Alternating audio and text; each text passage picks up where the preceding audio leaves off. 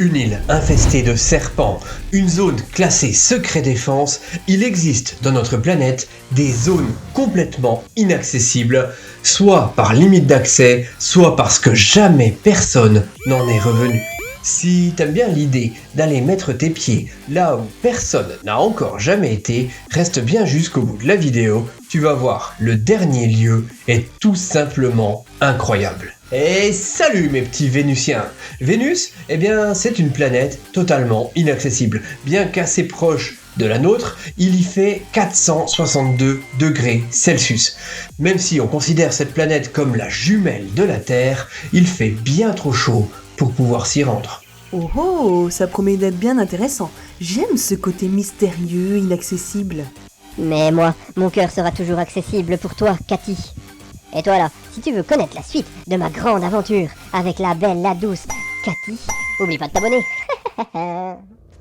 Des zones inaccessibles, tu vas voir qu'il y en a pas mal. La première, elle est très connue. Il s'agit tout simplement de la zone 51 aux États-Unis. Alors la zone 51 se situe à environ 190 km au nord-ouest de Las Vegas, entre la borne 29 et la borne 30 de la route extraterrestre au Nevada. D'ailleurs, la route qui y mène porte un nom, c'est la State Route 375. Située dans le désert, cette base ferait environ 150 km². Elle aurait été construite dans les années 50 et cette base militaire est très vite devenue totalement interdite d'accès. Eh bien, elle n'apparaît sur aucune carte officielle du gouvernement américain. Une rumeur nous dit qu'il y aurait des gardes armés et que dans cette zone, ils ont l'autorisation d'user de leurs armes. Il va falloir attendre 2013 pour que le gouvernement américain reconnaisse officiellement l'existence de cette base militaire. Comme tu le sais certainement,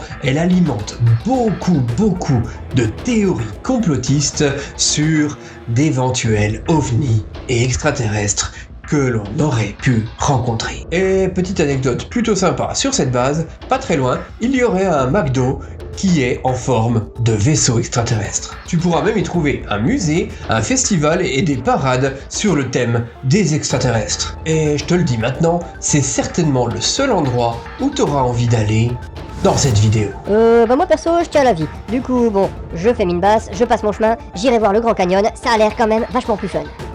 Les îles Heard et McDonald. Partons maintenant en Australie. Il existe plusieurs îles et deux de ces îles s'appellent les îles Heard et McDonald. Ce sont encore des îles volcaniques. Ces deux îles se situent au sud de l'océan Indien, entre l'Australie et l'Antarctique. Elles sont inscrites au patrimoine de l'UNESCO. D'ailleurs, quand tu regardes une carte, elles sont quand même assez proches de l'Antarctique, environ 1600 km. Alors, si tu as besoin d'un gros dépaysement, il s'agit de l'endroit idéal. À mon avis, tu peux faire là-bas de belles randos puisque ce lieu est interdit tout simplement au public. Et il existe là-bas un écosystème insulaire vierge. Bon, je t'ai dit tout à l'heure que c'était interdit au public, eh bien pas vraiment. Cette île est accessible aux scientifiques qui veulent étudier, donc je pense qu'il y a devoir des demandes à faire pour pouvoir aller sur l'île. Elle n'aurait été visitée actuellement que 2 fois. Il n'y a eu là-bas aucun séjour de longue durée depuis 1992. Alors tu peux prévoir ton pactage, si t'aimes la randonnée et le plein air, cette île mystérieuse est pour toi. Ça doit sûrement valoir le coup. Mais je ne m'y approcherai pas, hein. La fosse des Mariannes.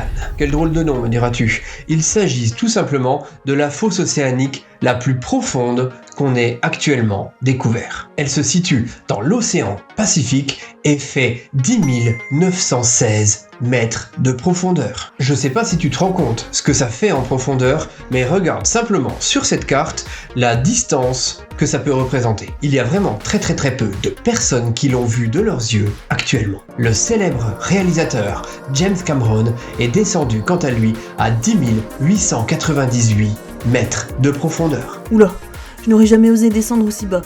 Mais ça doit vraiment être très spectaculaire en tout cas comme expérience. Yep, c'est surtout une bonne cachette, hein. D'ailleurs, si tout ce qui est au fond de l'océan t'intéresse, oublie pas de t'abonner et de cliquer sur les notifications. La semaine prochaine, on sortira une vidéo sur l'océan et ses profondeurs. Poveglia, Italie. Retournons maintenant sur la terre ferme pour visiter l'île Poveglia en Italie, très proche de Venise. Alors, c'est une île un peu spéciale puisqu'au XVIe siècle, eh bien, c'est une île où on allait mettre en quarantaine les gens infectés par la peste. Il y a là-bas plus de 160 000 personnes enterrées. C'est simple, la moitié de l'île est recouverte par des cadavres. Aujourd'hui, l'île est totalement laissée à l'abandon et elle est interdite au public. Pour des raisons qu'on comprendra cette fois-ci. Alors, t'es gentil, tu vas pas là-bas. Ouais, bah ça donne pas trop envie d'aller dans un endroit où il y a autant de cadavres. T'imagines, ça craque peut-être sous les pieds.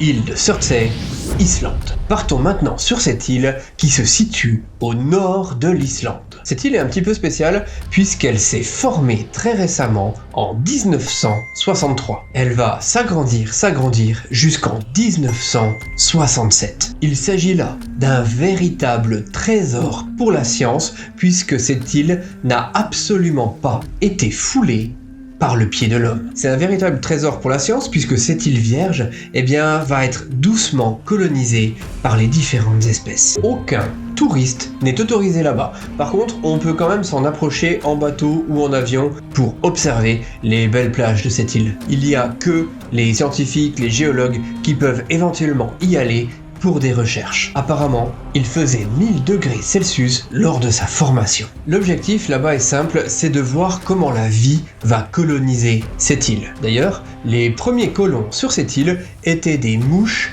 et des pucerons en 1965. Les seconds à être arrivés là-bas, c'était des phoques et des goélands. Aujourd'hui, il y a plus de 90 espèces qui ont élu domicile sur cette île. Waouh, c'est incroyable de voir que des îles se forment encore de nos jours. On nous rabâche souvent que les îles disparaissent, sont enfouies par la mer. L'île de North Sentinel, en Inde. Au large de la Birmanie, rattachée à l'Inde, existe une île qui est l'endroit le plus isolé sur Terre. Là-bas existe un peuple qui ne veulent aucun contact avec nos civilisations. On les appelle les sentinelles. On pourrait se croire dans une belle fiction, mais ce peuple existe vraiment.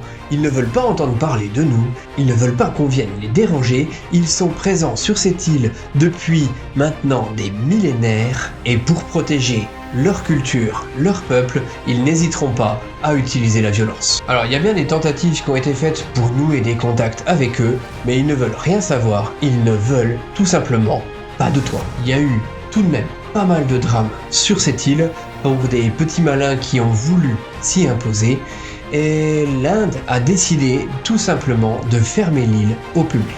À moins que tu sois toi-même affilié au peuple des sentinelles de cette île, tu n'as aucun droit d'accès sur ce territoire, n'y va surtout pas, c'est un danger de mort. Oh, c'est super intéressant. Je ne savais pas qu'il existait encore des peuples reclus. Incroyable.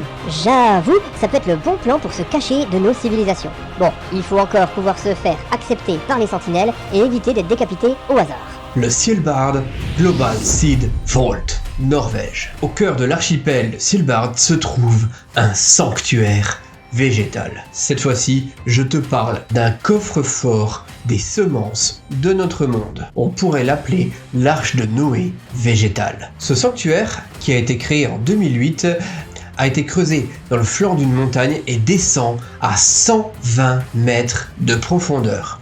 En fait, l'idée, c'est d'y recueillir toutes les espèces végétales, toutes les semences d'espèces végétales qu'on connaît. Alors, pourquoi me diras-tu ? Eh bien, tout simplement pour protéger ces espèces végétales en cas de catastrophe, qu'elle soit humaine ou une catastrophe naturelle. Cette base est immense, elle fait plus de 1000 mètres carrés. Elle contient plus de 1,45 million d'échantillons représentant environ 5400 espèces différentes. Si tu veux, on pourrait le voir comme une sorte de police d'assurance de la nature au cas où on fasse un petit peu les foufous. Alors ce site est strictement interdit au public. Par contre, j'ai une bonne nouvelle pour toi, on peut récemment le visiter de manière virtuelle. Je trouve ça un peu bizarre comme concept, mais bon, à la limite pourquoi pas, hein. L'île de Caimão Grande, Brésil. Alors là, t'es pas prêt. Il s'agit d'une île d'environ 43 hectares. C'est pas très loin de Sao Paulo, environ 35 km. Encore une fois, une île qui n'est pas habitée et qui est strictement interdit au public. Bon, avant de te dire pourquoi elle est strictement interdite au public, je te donne un petit indice, on l'appelle Snake Island. Tu l'auras bien compris, cette île est infestée de serpents au venin mortel. C'est une espèce particulière qu'on appelle la vipère fer-de-lance dorée. C'est une vipère qui se situe autant au sol, autant dans les arbres et même sur les plages. Une légende locale nous dit même qu'il existe 5 serpents par mètre carré. Les serpents sont appelés Jaraka Iloa. C'est à peu près le jargon local, tu vois. Il s'agit là certainement de l'un des endroits les plus dangereux pour l'homme. D'ailleurs, pour te dire, on n'y trouve apparemment aucun autre mammifère. D'ailleurs, jusqu'en 1920, il n'y avait qu'une dizaine de personnes qui vivaient sur cette île pour faire fonctionner un phare. Et ces personnes ont fini par mourir. Aujourd'hui, l'île est strictement interdite au public, il n'y a aucun droit d'accès. D'ailleurs, une petite anecdote, des trafiquants s'y rendent tout de même pour capturer des serpents et les revendre à des collectionneurs ou des amateurs d'animaux dangereux. Certains scientifiques aussi réclament des serpents et ils se vendent entre 10 000 $ et 30 000 $. Donc si tu as envie de te payer une bonne retraite, sache que la capture d'une dizaine de serpents peut te mettre tranquille pendant un petit moment. Bon, c'est bien pour faire du fric, mais faut quand même risquer sa vie, et alors risquer de se faire mordre par l'une de ces vipères, même pour impressionner Cathy, j'ai pas vraiment envie. J'espère que cette vidéo t'aura plu et qu'elle t'aura pas donné trop de mauvaises idées pour te rendre dans ces lieux insolites, merveilleux et fort dangereux. Il est temps pour moi de te laisser, je te dis à la semaine prochaine, c'était le chat perché, allez ciao!